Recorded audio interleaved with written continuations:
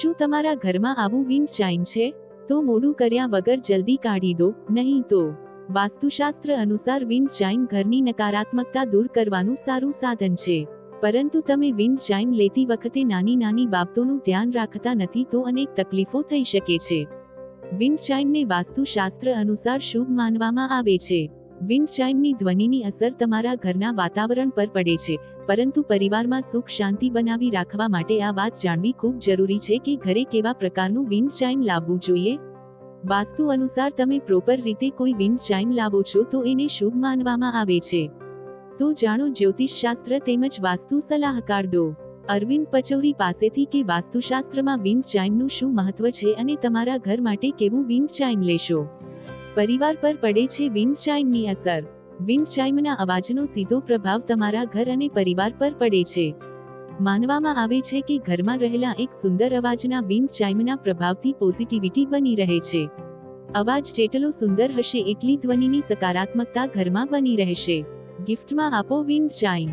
વાસ્તુશાસ્ત્ર અનુસાર જે ઘરમાં વિન્ડ ચાઇમ હોય છે એનું વાતાવરણ બદલાઈ જાય છે. વિન્ડ ચાઇમ તમે કોઈને ગિફ્ટમાં પણ આપી શકો છો. આ સામેની વ્યક્તિના જીવનમાં સકારાત્મક ઉર્જા લઈને આવે છે, પરંતુ ખરીદતી વખતે ખાસ ધ્યાન રાખો કે અવાજ મધુર હોય. અવાજ મધુર હશે તો એની અસર પોઝિટિવ પડશે. વિન્ડ ચાઇમ ખરીદતી વખતે આટલું ધ્યાન રાખો. ધાતુમાંથી બનેલું વિન્ડ ચાઇમ.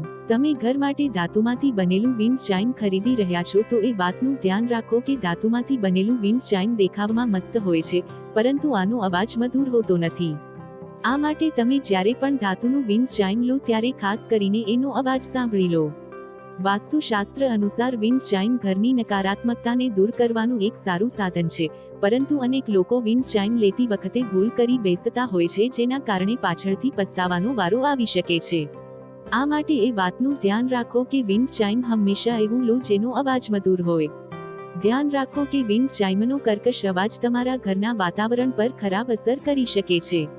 તો મિત્રો, તમને આ વિડીયો કેવો લાગ્યો જરૂરથી કમેન્ટ કરજો. જો સારો લાગ્યો હોય તો વિડીયોને લાઇક અને શેર કરજો અને અમારી ચેનલને સબસ્ક્રાઇબ કરજો. વિડીયો અંત સુધી જોવા બદલ ખૂબ ખૂબ આભાર. જય શ્રી કૃષ્ણ. રાધે રાધે.